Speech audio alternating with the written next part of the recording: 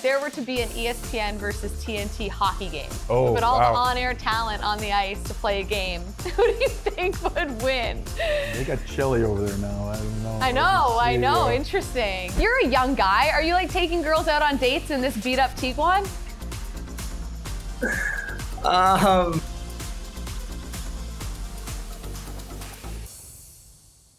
Hello, everybody, and welcome to a very special edition of the Jackie Redmond Show. I'm going to get right to it because this man needs no introduction. He is the legendary Mark Messier. Thank you for doing this. Just happened to be in the neighborhood. Good to see you. Legitimately, let's break down the fourth wall for the audience here because this was not a requested interview. This was not planned. I legitimately ran into Mr. Mark Messier in the hallway. He's here at the NHL head office, and we were like, you want to come on the show? And this is how I know you're a good guy. I would You never said turn absolutely. You down. Yeah, absolutely, absolutely. We've been friends for a long time, so it's happy to help. This is true, and it's been a minute since I've seen you and had the chance to pick your brain about this season, so I guess I'll just start with that. What do you make of what's going on in the NHL this year? Who stands out for you? It seems like every year we say, can it get any more competitive than it is? And every year it seems to get there. And I'm just so looking forward to the last month and a half of the season. There's so many teams are either positioning themselves for the playoffs, on the bubble, and of course all the teams that are actually really vying to win a Stanley Cup this year. I mean, they're all vying to win a Stanley Cup, but there's some real legitimate contenders this year that are intriguing storylines. Florida, for me, has been the amazing story from coming off last year's Stanley Cup Finals when they were really banged up and injured, but their trajectory to get there last year, they haven't taken a step back this year. To me, they're one of the most fun teams in the league to watch right now. Of course, I watch the Rangers, the Oilers, and the Oilers and the Canucks, the three teams that I played for, and all three teams have an excellent season, so that's very exciting for me.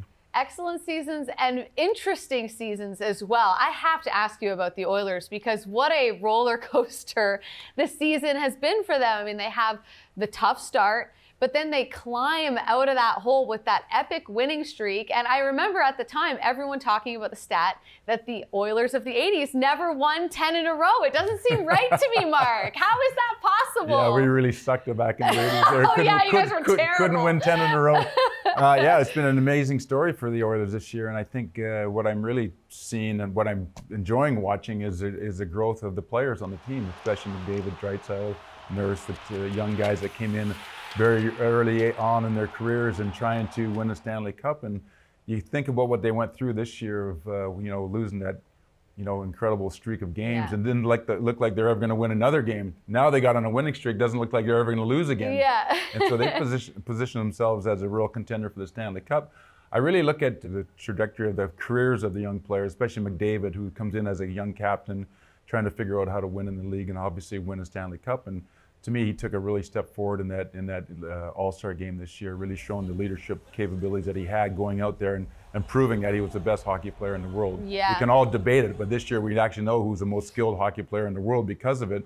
But it was more so the fact that when he went out there and the effort that he put into it and the leadership that he showed, that it was okay to be out there and expose yourself and give 100% in that environment. It was incredible to watch, and to me, that might have been his best skill that he displayed this year, was his leadership at the All-Star game. I love that answer because I do think there has been at times a corner of the hockey universe fandom that it's like, oh, the players don't care about All-Star. They don't try. But to your point, like McDavid went out there and was like, I am going to prove to everyone I'm the best one here. I'm going to win this competition and show everyone who they're messing with. And I think you're right. It does really set an example that you can and should go out there and put on the best show that you can. He had the most pressure on him to win it, and he delivered. And I think that says a lot about him as a player and as a person, as a leader. I mean, there was a debate about who's the best hockey player. Yeah. We can all debate that. But well, us in the media, we like to stir that pot, yeah, don't we? and I think everybody has their favorite styles and all that, which is fine. But there's no question that he separated himself from the rest of the field in that All-Star game. But to me, it all boils back down to taking the initiative and taking the leadership role to go out there and really give the fans what they wanted, and to really give an effort and to give 100% effort. And it's not easy to do. You're on the stage in a way. You're kind of exposed with doing the skills, and as we saw, some of the players struggle with some of the skills. And could probably do that in their sleep, but you get in that kind of environment and you miss one or two, and then all you're of a like, sudden you the start pressure to starts to feel it, mount. right? And, oh yeah, I've been there myself. I know exactly what they're feeling there. But it looks easy from the stands, but when you're on the ice, it's a completely different story. Yeah, there's something different about like a skills comp for fun, but where you're supposed to be really good at it, and there's thousands of people watching you in person, expecting you Pressure to be changes perfect. everything. For Pressure sure. changes everything. You know what else I've noticed about McDavid, and it's something, and maybe this is just a me thing, but that I admire and appreciate about him this year is he seems to be coming out of his shell in the media too. Like he has had some pretty nice quotes this year. I mean, talking about reviews and talking about, I'm not interested in scoring goals. I'm just gonna focus on racking up the assists right now. When he had gone a few games without scoring a goal, showing a little bit more personality and being a little bit looser. I think that's great for Connor McDavid. It's great for Connor, and I think it's really the maturation of a player, not only on the ice and the skill set and playing on a team, but also the confidence to go out there and to be yourself. And it doesn't matter. You're not going to be able to please everybody in this world there. So the most important thing is that he's doing what he really loves to do. He's doing it the way he likes to do it. And he's got the support and the respect of his teammates. And I think those are the things, once you have that ground base, then you can really start to feel comfortable in your own skin and really kind of just show who you are. And whatever you are, whoever you are, as long as you're okay with it, that's fine. And everybody else will get around it. And that's, to your point, I think he is starting to emerge and show his character in his personality, which is just obviously probably more relieving for him in a way, and obviously great for the game. And I'll tell you what, it's a sign of growing confidence as well. And Connor McDavid getting more confident is scary for the rest of the league. You know, it's funny you should say that, because it's really part and parcel there. That if you're really comfortable off the ice and you got your ducks in a row, so to speak, off the ice, that usually translates into really success on the ice. Mm-hmm. So those two things really have to be symbiotic in a way. They have to be really balanced, off ice, on ice, and it seems like the best players have always really had that. Let me ask you that. Well, it's going to be interesting, first of all, to see what happens with McDavid and the Oilers as we get closer to the playoffs and see if they can go on a little bit of a run. But the game's changed a lot, right? How do you think the Oilers of the 80s would fare in today's NHL? Someone asked Wayne Gretzky that question when we got together for the team of the century not long ago, when the 85 Oilers were designated the team of the century. And at the press conference, someone asked Wayne how that team would have done in today's game. And Wayne said, without missing a beat, as quick and clever as he is, he said, well, give us a couple weeks and we'll probably do pretty good.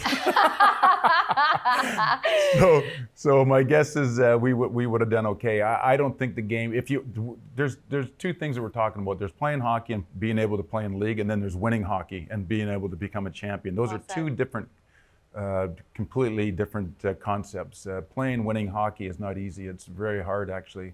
It's very demanding, and it's not for everybody. There's a lot of great hockey players that can actually play in the league, but if you're actually trying to win a Stanley Cup, it's incredibly demanding. It's brutal, to be quite honest with you. And everybody looks at the end of the game where you're all holding the Stanley Cup and see how great that is, but the journey to get there is pure hell sometimes, and it takes mentally or physically? Mentally, physically, Both, emotionally, everything. It's going to test you in every way.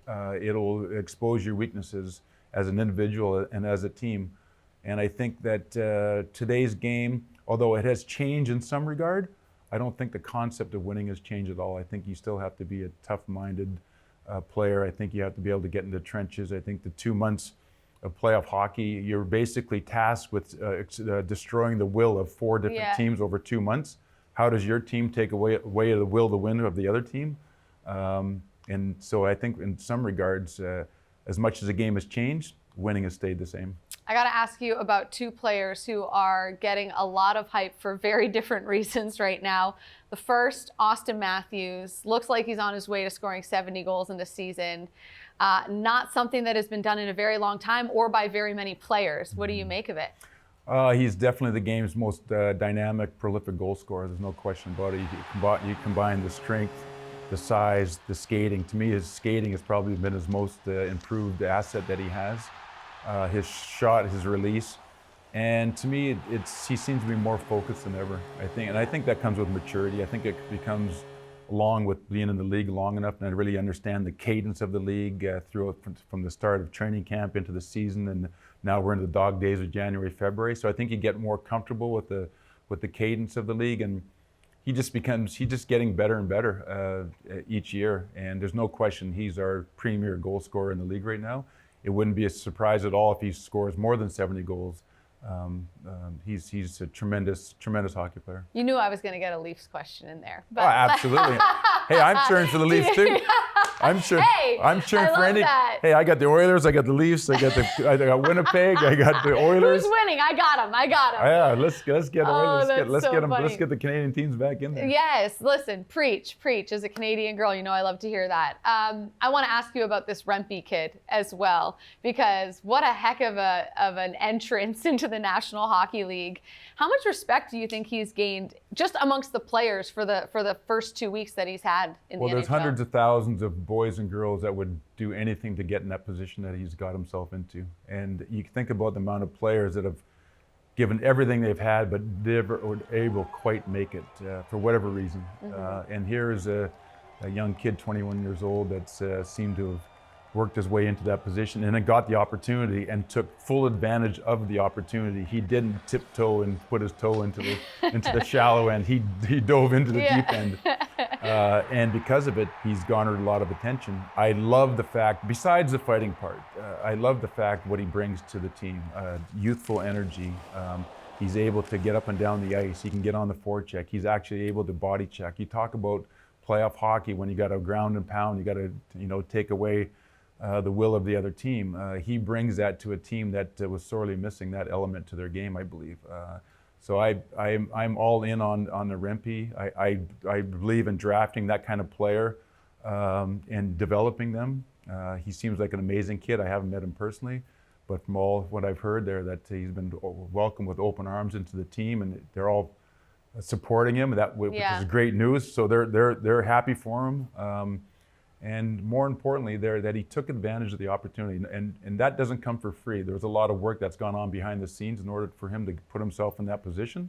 And then when he got the opportunity, he took full advantage of it. So it's an amazing story. He found a way to make himself valuable, and I think you make a great point about playoff hockey over a 7-game series, having those players that can physically wear down the opponents over time, over the course, of a week and a half or whatever it takes to play potentially 7 games. You should shoot him a text. That'd probably blow his mind. You got to get his. I mean, if anyone can get his number, it's you. You should. I bet that'd make his week.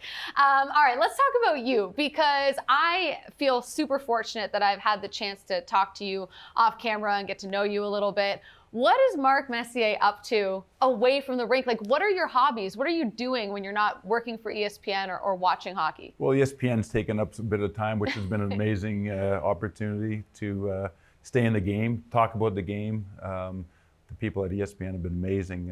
It's been a huge learning curve, so that's been really rewarding in a way, and educational. And I have a much bigger respect for the people that do it so well that I watched growing up, and of course while I was playing.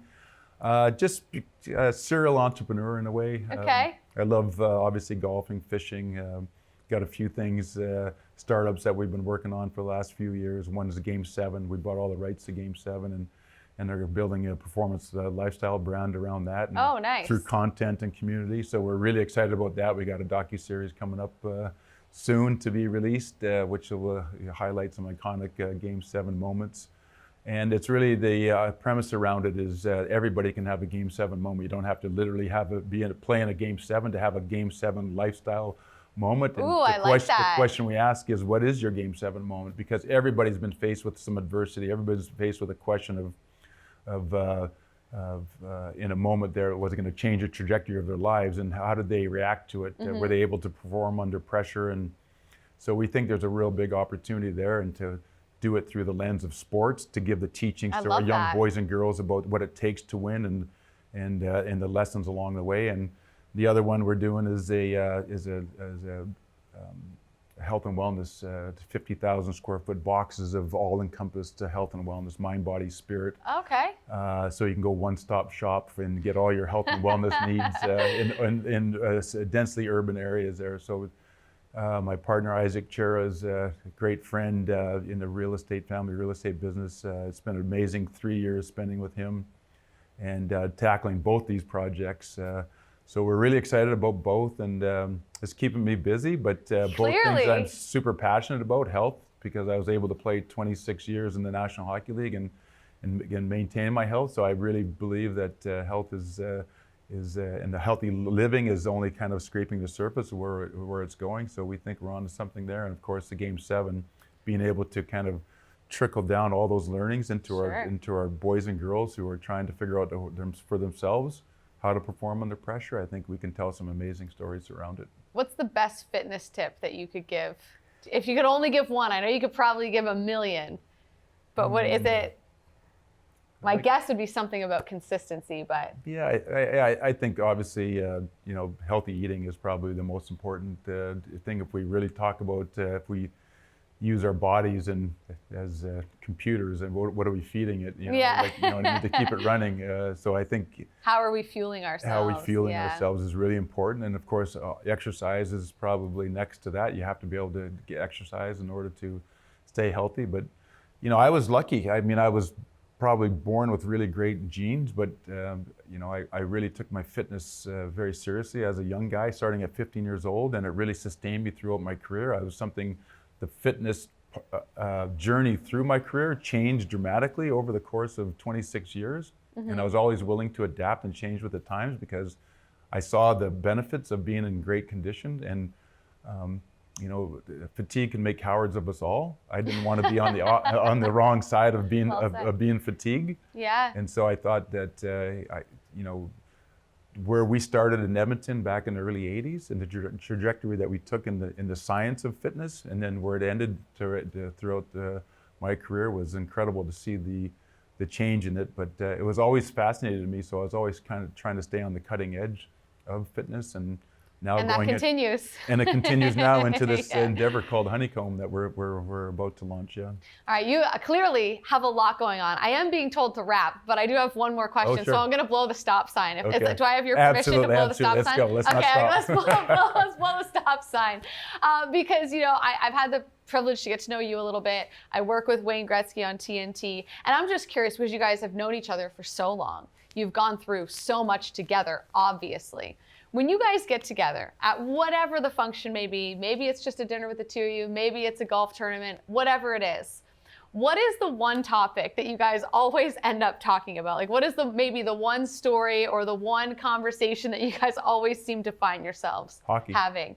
Well, of course, but no, you think Wayne? Or do you think we'd both be sick and tired of talking about hockey? Yeah. But inevitably, after all the pleasantries and what are you up to and all the things that we got going on in our lives and kids and families and all that kind of stuff, inevitably it always comes back to hockey because of our passion has never waned on our love for the game. Yeah. And you'd think Wayne, of all the guys, would never want to talk about hockey the rest of his life. And he's the one that always brings it up, and he's got a memory like he can remember everything. So it's fascinating to talk about him. And we talk about today's game, we talk about today's players, we talk about the changes in the game, we talk about the things that are great about the game and things that need to be it's not just changed. Reminiscing about your days. No, it's actually more importantly is talking about the game now and where we are with the game, with the young players. And so it's always fascinating, but we're like brothers. When you talk about you win now and you walk together forever, Wayne and I have been like this since we were teammates. There was never any jealousy or any ego amongst us. We got along perfectly. Our styles blended perfectly on and off the ice. There was never any kind of uncomfortableness in our relationship or friendship.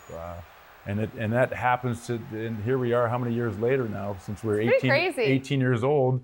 And now you're both, did you ever think you'd both end up working in media? And we both love it. Yeah, and we both love it. And he's really enjoying it too, which is awesome. And I think that we both have something to share with the viewers and some education through our experiences. I mean, we both lived some pretty incredible experiences through the game itself, which it afforded those iconic moments. And of course, what I'm talking about, the Game 7, the teachings and the learnings along the way, right? Because that's really what, became apparent to me as my career extended. It was that I'm learning a lot here. I'm not only from a lot of great players, but through my own experiences, through failure and successes, I'm learning a lot, and being able to hopefully share those to the viewers is really, really exciting. Well, you're crushing it, as everyone expected that you would. No, I'm learning. I'm not crushing. I'm not crushing it yet. I got a long way to go. Well, listen. First, they were telling me behind the scenes to wrap it up Then I blew the stop sign, and now they're giving me one more question to ask you. Sure. So now I am going to be biased about this, and you will probably be biased about this. But if there were to be an ESPN versus TNT hockey game, Oh, put all wow. the on-air talent on the ice to play a game, who do you think would win? They got Chelly over there now. I don't know. I know. Interesting. I'm gonna. And you and Chelly got really close during ESPN days, I right? love Chelly. He was an amazing friend. I always heard great things about him as a player. I never got a chance to play with him. Didn't play against him in any playoff competition, but the 2 years we spent at ESPN, everything that all the hype was true. He's an amazing guy. What a great teammate he must have been. I would have loved the opportunity to play with him. I am going to have to say, unfortunately, that ESPN would probably take down TNT. In the I don't know, matchup. man. Let's set that up. We should do it for charity. let's set that up. Honestly, I think it would be really fun. Well, we got PK. He's still young. He still wants to play, so maybe that's our advantage. Yeah, maybe. Well, you got Bush now too. We got Bush. I mean, Bush is that guy's unbelievable. I mean, the passion with that guy is. I mean, if we're talking personality too, that brings a whole. Who's going to be the biggest trash talker on the ice? I think maybe Bush. Maybe Bush could win that war, right? Yeah, he's got a good lip wedge. Well, listen, we got to get someone on the case. Maybe the NHL can set up a charity game or something, and we can raise money for a good cause. It'd be so fun. As long as I get to, I would love to play. It'd be so much fun. 1,000%. Yeah. It'd be great. Listen, thank you for the time. Amazing. Thank you. Legitimately, I'm not lying. We just ran into him in the hallway, and he was like, of course. That's the kind of guy that he is. Thank you so much. Really appreciate it. You're the best. Thank you. And we are very excited to welcome Seth Jarvis of the Carolina Hurricanes to the show. Third season in the National, career high in goals and points. I imagine, Seth, that you're feeling okay about your game as we stand today. Yeah, it's going not bad. I'm enjoying it. I'm having fun. Not bad is good. What do you think is clicking well for you this year? I think I just have a lot more confidence than I have in the past. I think I have more trust in who I am as a player and being able to make mistakes and not get too down on myself. And I think it's just worked out well for me.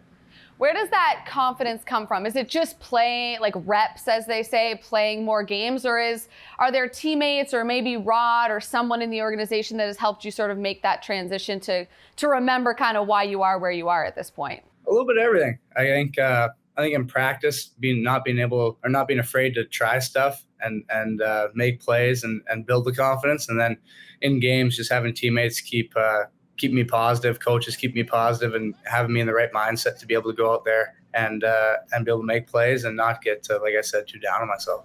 Well, it's certainly working out for you. If you were to go back and look at your trajectory, and I know it's only your third season in the NHL, but what do you think is the most improved area of your game? I think for the most part, defensively, away from the puck, I think I've gotten a lot better. I've been able to penalty kill now, which has been fun. Being trusted in 6-on-5 in different situations has been cool. So just however I can get on the ice, if it's offensively or defensively, I think has been really good. But the defensive part of my game is taking big stride. Well, congratulations on the success that you've experienced so far. Did you see it coming that you would start to be this media darling a little bit? Because you've had quite a few headlines in the last season or so that people love. You have become like a quote machine. When did you become aware of that? And is it something that is intentional, or is this just who Seth Jarvis is? I don't know. I guess from having a little more success on the ice, I get interviewed a little bit more than normal. So I've been able to showcase my personality a little bit more, and just having fun with reporters. I think the people we have in Carolina do a great job of not always keeping on hockey and giving me a chance to show a little bit of a personality and a little bit different side of hockey. So I'm glad people enjoy it. I don't do it intentionally. It's just kind of how I answer, how I am or carry myself. But I'm just happy everyone enjoys it and is having fun with it. And we see more and more players when they retire, and you are a long, long ways from that, but making careers out of their personalities, out of their knowledge of the game. Is that something way, way, way down the line that Seth Jarvis would potentially entertain? I don't know. I hope so. It'd be cool to do something like that, but like I don't know. Yeah, like you said, a long time away. I got a lot of things to think about in between then. But it'd be cool to still be in hockey in some form. And I think, yeah, if I could use my personality to get me an opportunity to do something after hockey, that'd be really cool.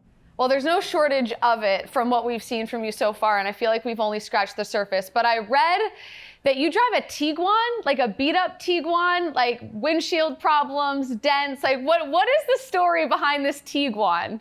When I was in junior hockey, it was my first kind of season after I signed my contract. So you get those little signing bonuses. And the car I was driving down there, someone hit it and totaled it. So I kind of had to buy a car to get home. So I bought that Tiguan down there.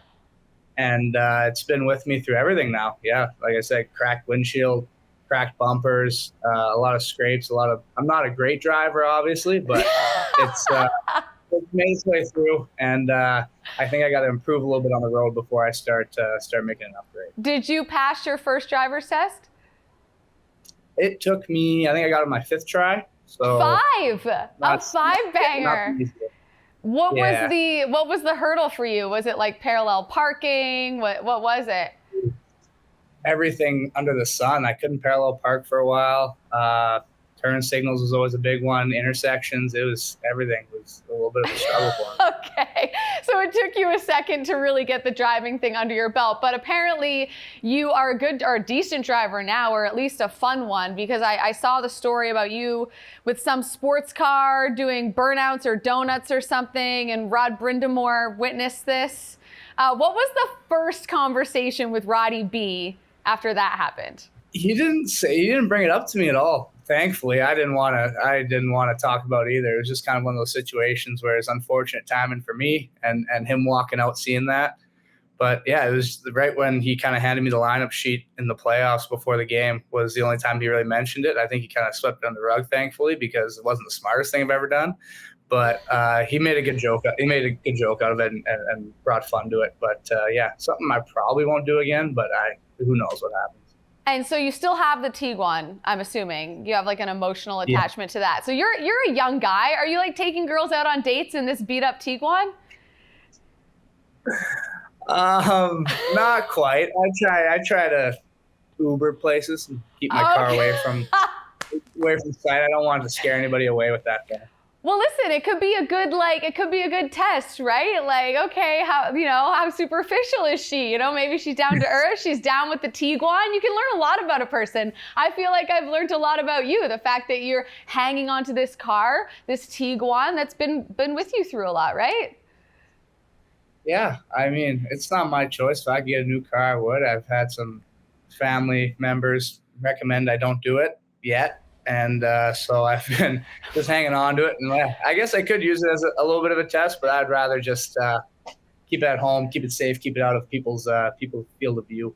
So the family still not totally confident in your driving skills just yet.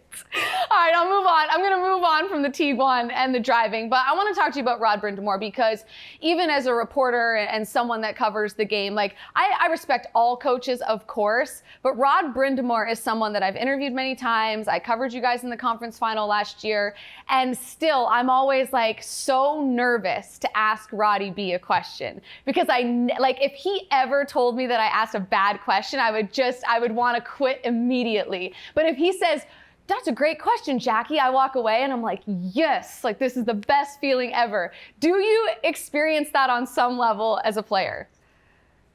I have the exact same feelings. When I make a mistake, I want to crawl into a hole and never come out. And then when I do something good and he kind of pats me on the back, or when you score a goal, he'll give you a fist bump. It's a really cool feeling, because he's a legend in the game, someone who's been around forever, and everyone has a lot of respect for. So yeah, it's the same for me as it is for you. I just want a fist bump and to walk away from the rink happy. Yeah, fair enough. How would you describe, your relationship with Roddy B at the beginning to now? Like, how has it grown, and what do you appreciate most about him? At the beginning, he definitely helped me out, just kind of figuring out how to live on my own, how to survive in the NHL, and just helping me be comfortable right away. And I'll thank him forever for that, because he made a 19-year-old coming in, not really knowing if I'm going to play there, and made me feel part of the team right away and really helped me get adjusted. And then now I'm a little more comfortable around him. I can talk to him, chirp him a little bit. So it's been great, just the progression of our relationship. And he's still hard on me, still keeps me in check a lot of the time, but he lets me get away with a little bit of talking now. Okay, I have to follow up, because you just sort of slid in there that you can chirp Roddy B once in a while. What does a Rod Brind'Amour chirp look like from Seth Jarvis? Not a whole lot. I'm scared. Like you said, I'm terrified to open that or hit any buttons. So I just poking fun with him, just trying to lighten him up. I just want to see him laugh, see a little bit of a happy emotion out of him. Yeah, fair enough. He is an emotional guy, so I assume you've seen a range of emotions from Rod Brind'Amour. I also understand you used to live with Sebastian Aho, and you guys have become quite good friends. So I'm curious, how long did you live with Aho for? Was it a short period or? Yeah, it wasn't too long. It was probably a little over a month, maybe a month. So not he got sick of me pretty quick. Okay, that's long enough to dive more into this. What was the best thing about Aho as a roommate, and what was his weakest skill as a roommate, would you say? Ooh, the best thing about him was he had a sauna at his house. It was pretty cool. I love that. So it was fun to go in there. Yeah, he keeps a really clean house, surprisingly. So that was always nice. I think the worst thing was he didn't really let me in the sauna. I got like 1 or 2 tries, and that was kind of it. So I didn't appreciate that. Or his cooking needs a little bit of work. He's not bad. I think he's gotten better, but he at that time we were struggling together. What were you guys eating when you say struggling? A lot of takeout, a lot of ordering food. But he can make the basics. But I'm no help in the kitchen, so it's really a one-man show. If 2 professional hockey players are ordering takeout, what is it? Like, is it healthy? What would it be? He did a good job at keeping me healthy. When I'm on my own, I let myself venture off a little bit more, but he kept me in check.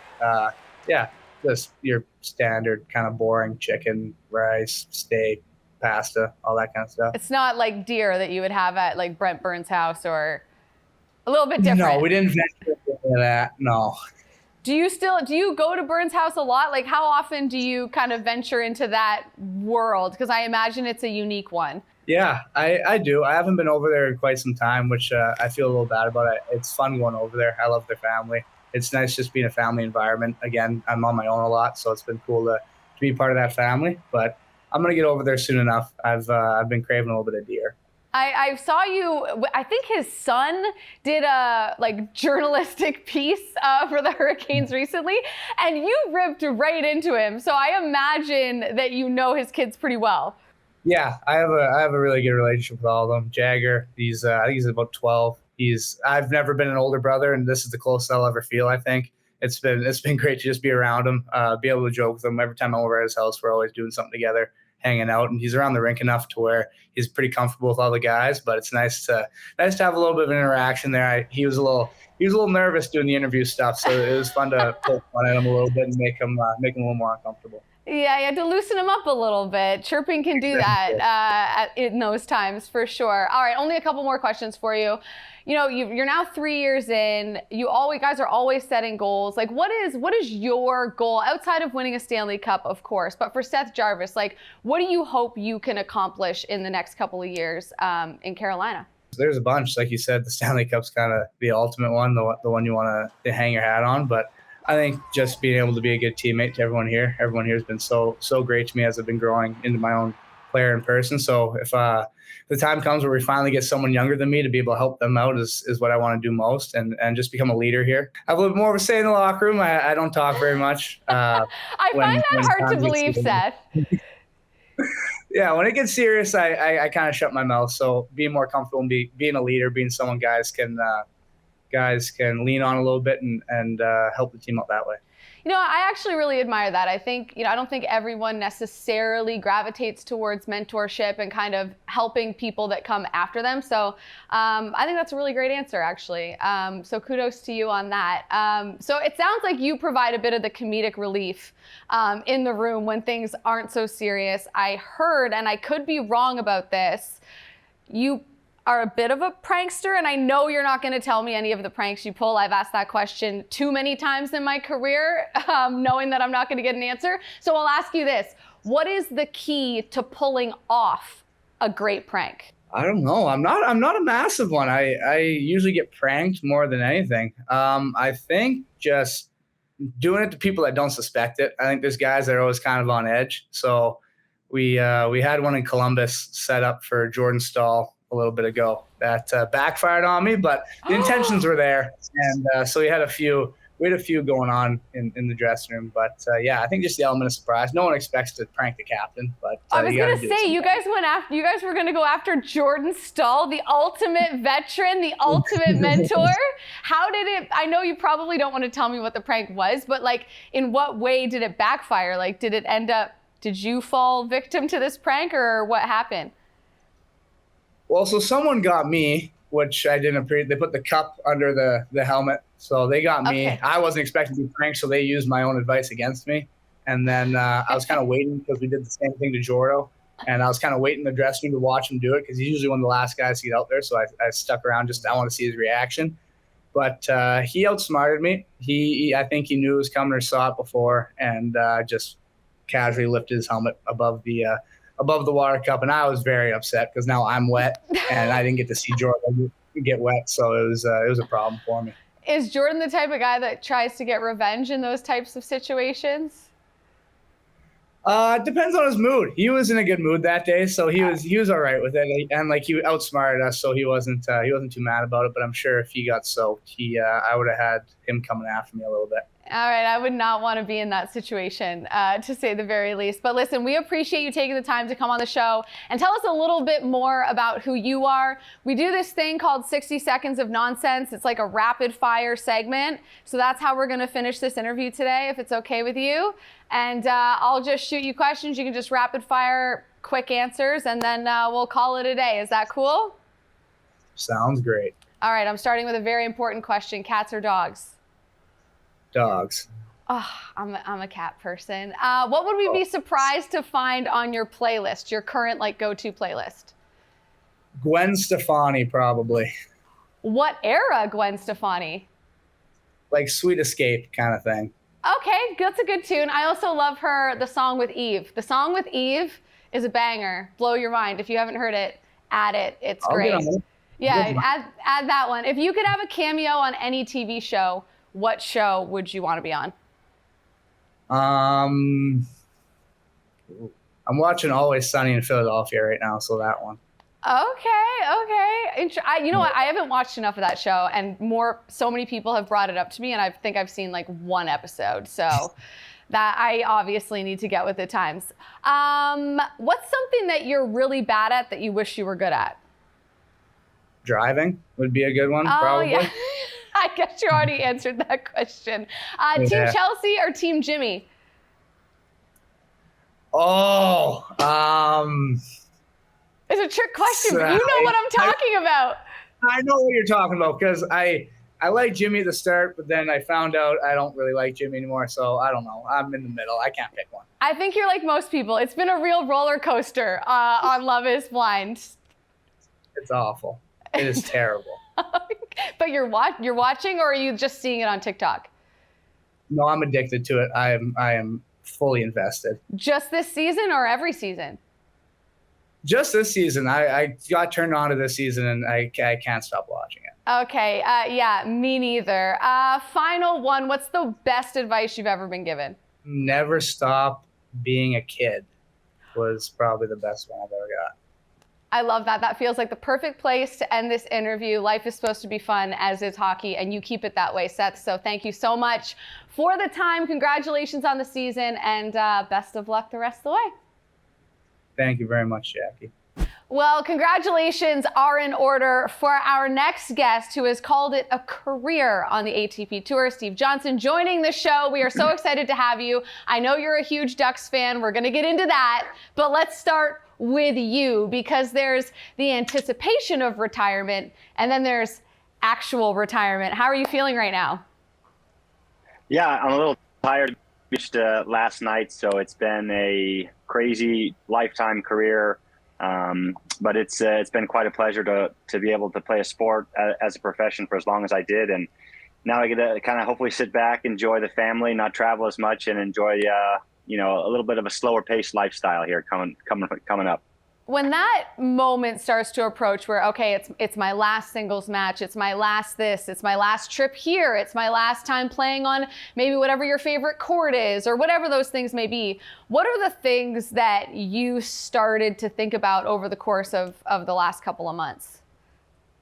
Yeah, over the last few months, became pretty clear that I was ready to hang it up, everything really started to become less enjoyable from all the stuff that nobody sees outside of, the rink or the ice or the court, you name it, all the rehab, the getting ready, the practice, all that became kind of very unenjoyable as long as as well as the travel and everything. So for me, it was a clear choice, and I'm very happy with my decision, and I am just, excited to kind of see what's next, take some time away from doing all the monotonous rehab and travel and doing all that kind of stuff. But I'm definitely going to miss all the boys in the locker room and all the banter that goes along with that. I'm glad to hear that, because I'm not sure that every professional athlete has that clarity at the end necessarily. And so I imagine it's nice to really feel sure about it and happy about it, and knowing that you're ready for the next chapter in your life. As you look back on your career, and I'm sure you've been asked this question a lot, but what are you most proud of? Like, what moments really stand out to you as things that you're proud of? Yeah, for me, there's a lot of things. College career, which kind of set me up to be have the right footing to be a professional tennis player, and was lucky enough to hoist the trophy 4 times in my career and win a bronze medal in Rio. So for me, those are the big moments in my life, and just being able to share that with my parents or the coaches that really got me there along the way for all their sacrifice and hardship over the years was the most rewarding. And I felt like every time I had this milestone event or this monumental effort, I could look up and see 2, 3, 4 people that had greatly impacted my life, not as a tennis player, but as a person as well. And that's really the most important thing to me.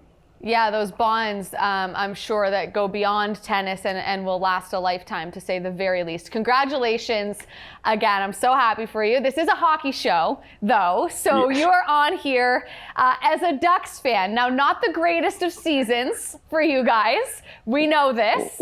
Yeah. But how did you become a Ducks fan? Where does this journey begin for you? Well, for me, it started in 93 and 94. I was still a young boy, probably only 5-ish at the time, 4 or 5. But when they moved to Anaheim, or when they, expanded to Anaheim, I grew up about 10 minutes from the pond, which is what it was back in the day, dating myself there. But so I've just always been a hockey fan. I've loved hockey, grew up watching hockey as much as I can. I don't know what attracted to me as a kid, but, the more I, get older, the more I'm able to enjoy what those guys do and how incredibly impressive it is, both, what they can do on the ice, but how they are in the community, especially what they've done in Orange County. I've seen the work that they've done firsthand. So I've been a Ducks fan for my whole life, and I've been very fortunate to get to know some of my idols on those teams. So that's been like quite the transition for me to, sometimes incomprehensible to watch guys Solani and Paul Correa and Scott Niedermayer, and then be able to get to know them and create bonds and friendships with them through sport is truly remarkable. Now, I saw a picture of you with the Finnish Flash, Teemu Selanne. Now, I don't know if you guys are great friends or if this was a one-time thing, but I'm very jealous. I've never met the man in person. I've interviewed him one time. I dream of interviewing him again. What was that experience like? I mean, he's one of the best people out there. I've gotten to know him since probably 2016 really well. There's a couple big, pro-am events at his home club in Coto de Caza in Orange County that I've played with him probably 4 or 5 times. We've come out on top as the winners a couple times, lost in the finals a couple times. And I try and tell him he's got to slow down a little bit, but he's just one competitive guy. And I'm like, dude, like, you've won the Stanley Cup, you play the Olympics a million times. Like, why is this, kind of throwaway tennis match mean so much to you? And he's always like, it's not my sport. Like, that's why I try so hard. That's why I'm so competitive. If it's hockey, it's one thing, but like, I want to win something that's not my sport. I'm like, all right, let's do it. Let's have some fun. And, it's been great. I love hearing that about him, actually, because it makes me feel a little more sane about going crazy over like a pickleball game against my husband and a couple seniors at the rec center. Like, we get so into it. So I love that, Teemu, he's just like us. Oh, he's just like us. The guy obviously had a phenomenal career, Hall of Famer, you name it, all the accolades he deserves. But off the ice, he's just such a nice guy. I've seen him in every situation, and he's so accommodating to the fans. Take a picture, so you name it. He knows exactly what he's done in his life and how he, gives back to this world. And he's a great. Yeah, heck of a guy. So he has dabbled in your sport. Have you played hockey? Can you skate? Have you been able to play in any of these exhibition games that happen out in California every once in a while? No, unfortunately not. The only hockey that I've ever gotten into really is some ball hockey. Every year we play, and we have one of our big events, and it switches back and forth every year between Montreal and Toronto. And so I've gotten to meet a lot of the former greats, Dougie Gilmore and whatnot. It's just, so I try and play in that event at the tournament every year, but I've kind of kept my world a little boring over the last decade plus, just because I don't want to risk getting myself hurt. But now that I'm done, I'm all in for whatever I can get I know I'm going to try it all, and I'll probably just get hurt pretty quickly, but I got nothing to get ready for now. So that's the plan. Are you talking about the ball hockey, the charity thing they do? Was that the Rogers Cup? Yep. Okay, yep, I've played in that pretty much before. every year. Yeah, Okay. I played in that one time. This is going back years, but Novak Djokovic was playing in it. And back to your point about like getting competitive in charity, like for fun type things. I didn't realize I did this. I was playing it on the other team. Tyler Sagan was on my team, and whatever, I'm going in the corner, I'm trying to get the ball, I'm trying to win, and I come back, and Tyler's like, yo, you just elbowed Novak Djokovic in the corner, like, you can't do that, what are you doing? But he was hilarious, like, he respected it, he was like, you are feisty, but like, yeah, that's my claim to fame at the Rogers Cup. Yeah, at the end of the day, we're all competitors, and when that puck's in that corner, you better go out and get it. Somebody's got to come out with it. You can't be afraid. You can't be afraid. But could you imagine if it went bad though? That would be not good. That would probably something you might not want to talk about too much. But I might not be here today, actually. Nah, you'll be all right. Everybody likes a competitive. Everybody likes the competition out there, so that's what drives all of us athletes. That's what we do at the end of the day. All right, let's talk about these Ducks. I know that it's not the greatest season, but you have some really, really talented young players on that roster. Who do you enjoy watching? I imagine you must get a kick out of someone like Trevor Zegras. Troy Terry, I think, is like criminally underappreciated around the league. I think he's an amazing player. Who do you like to watch? Yeah, for me, I love the young guys. I know there's a bit of a learning curve to be had. Obviously the next week could shake up a lot of different scenarios for the Ducks to see where some guys get moved or get wanted before the trade deadline. But I love Mason McTavish. I think he's maybe my favorite Duck as of right now, just because the way he plays, he's got that edge to him. He's not afraid to mix it up. He's just kind of one of those guys that I really like. But, it's been a bit of a bummer for Zegras this year just because he's been hurt. But watching him, what he can do with the puck on the ice, it should be playground stuff that he's doing, in the middle of hockey games that makes it look so easy. But look, the team is young. The team is great. The back end, all these young guys down in San Diego are kind of coming up. So it's going to be fun. We had a good stretch, maybe 7, 8, 10 years ago with Getzlaf and Perry and all these guys, but only got over the hump once. But I'm looking forward to this next generation of Ducks kind of putting it together. So I put all my trust in Pat Verbeek and Greg Cronin right now. So that's what I want to see. I want to see those guys succeed.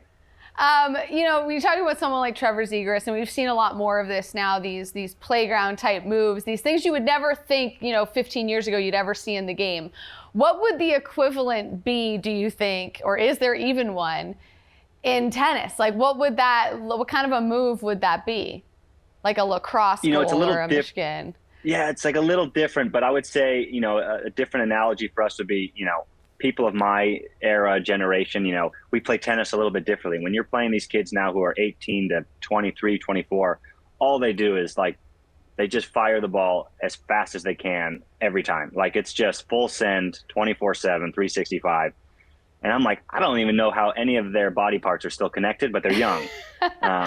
But it's like one of these things where times are changing, but same with all sports, it evolves, but it's cool to see. I'm sure some of the older guys are maybe a little salty with some of the fun stuff these young guys do out there. But I think it's great for the game, and as a spectator, I thoroughly enjoy it.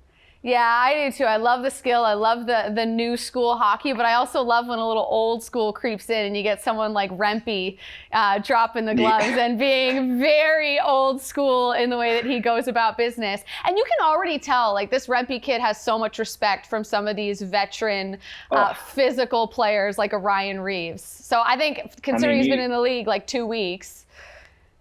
Yeah, you've been in the league 2 weeks. You fight your first shift at MetLife, I believe. It's like, and then you fought 4 or 5 times since then, and you go answer the bell with Ryan Reeves on a Saturday night. That's a good effort for a young kid, but I'm glad I don't have to fight anybody 6'7", like 240. Like, I'll stay on my side.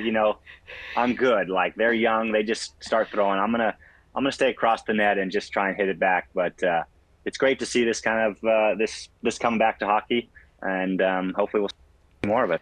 Well, listen, it has been an absolute pleasure chatting with you. Hopefully we'll see you at some more hockey games now that you'll have a little bit more free time to do those types of things. My last question as I say goodbye, and I have to ask, do you dabble in pickleball? Are you into pickleball? My husband and I are obsessed. I just have to ask.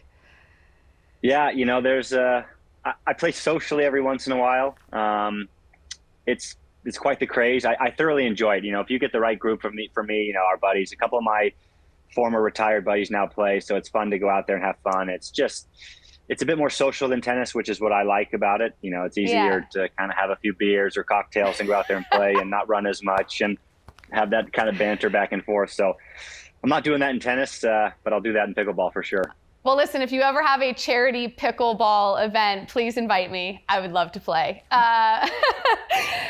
Thank you for this. Congratulations again on an amazing career. Enjoy retirement. Enjoy the hockey, even if the Ducks are not the greatest. They'll bounce back. They'll bounce back eventually, baby. They always do. Thank you for this. And again, congratulations. Thank you, Jackie. Well, who saw that coming? I'll tell you what, not this girl, but massive, massive thank you to the one and only Mark Messier for making time for us. We appreciate you, sir. Also, shout out to Seth Jarvis and Steve Johnson for joining the show. And be sure to tune in next week. I've got a surprise in store from St. Pete's, but I'm not spoiling anything. You have to tune in to find out. We'll see you then. Thanks for watching.